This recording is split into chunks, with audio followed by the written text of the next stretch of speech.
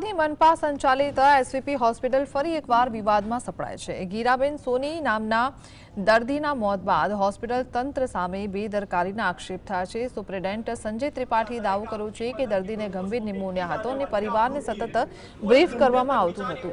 જોકે આ આક્ષેપો અને હોસ્પિટલની વ્યવસ્થા સામે પરિવારે રોષ વ્યક્ત કર્યો છે। સુપ્રિન્ટેન્ડન્ટે સ્વીકાર્યું છે કે આઈસીયુમાં રોજના 4 થી 5 મોત થાય છે, જ્યારે 1200 બેડની ક્ષમતા સામે માત્ર 450 દર્દીઓ સારવાર હેઠળ છે।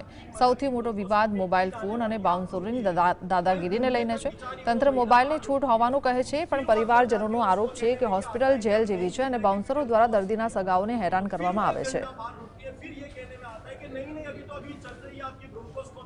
बेटी अपने मां से लगातार मिलने की कोशिश करती थी, लेकिन एसवीपी अस्पताल में तगड़े तगड़े जो बाउंसर रखे गए हैं, वो कहीं ना कहीं जो परिवार होता है, जिनके लोग यहाँ पर एडमिट होते हैं, उनके साथ अन्याय करते हैं। उसकी बेटी के साथ भी अन्याय किया गया। बार बार ये कहा गया कि आपकी माँ का ब्रोंकोस्कोपी किया जाएगा, लेकिन वो ब्रोंकोस्कोपी नहीं करने में आई।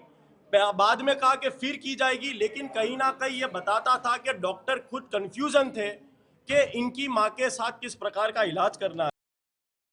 સીટી સ્કેન પણ તાત્કાલિક કરવામાં આવેલો હતો।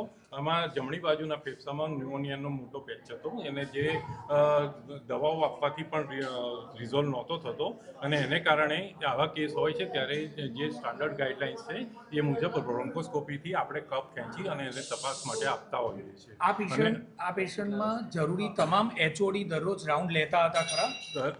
એચઓડી રેગ્યુલર રાઉન્ડ લેતા હતા અને દર્દી અને એમના સગાને રેગ્યુલરલી બ્રીફ કરવામાં આવેલું છે। ઇવન સિટીઝન જે દર્દીના બેટી છે એમને પણ અમે રેગ્યુલરલી બ્રીફ